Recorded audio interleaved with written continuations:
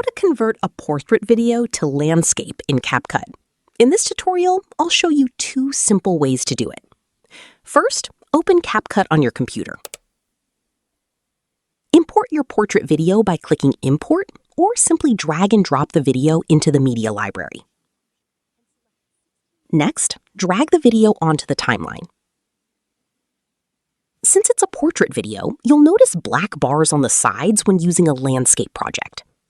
To change the project format, click the Ratio option and select 16:9 for a landscape layout.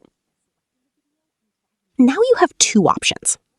The first option is to fill the screen by selecting the video and dragging one of the corner handles outward until it covers the entire frame. Keep in mind that this will crop the top and bottom of your video, so part of the original footage may no longer be visible.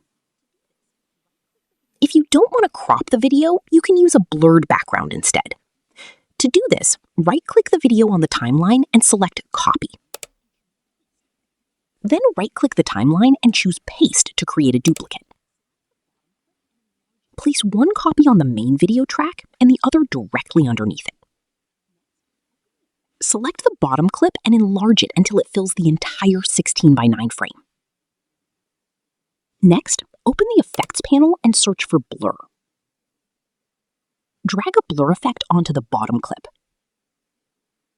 Adjust the blur strength until you're happy with the result. Now you'll have your original portrait video in the center with a blurred version filling the background, creating a clean landscape video without black bars. And that's it! You've successfully converted a portrait video into a landscape video in CapCut. If this tutorial helped, don't forget to like the video, subscribe to the channel, and check out more CapCut tips and tutorials.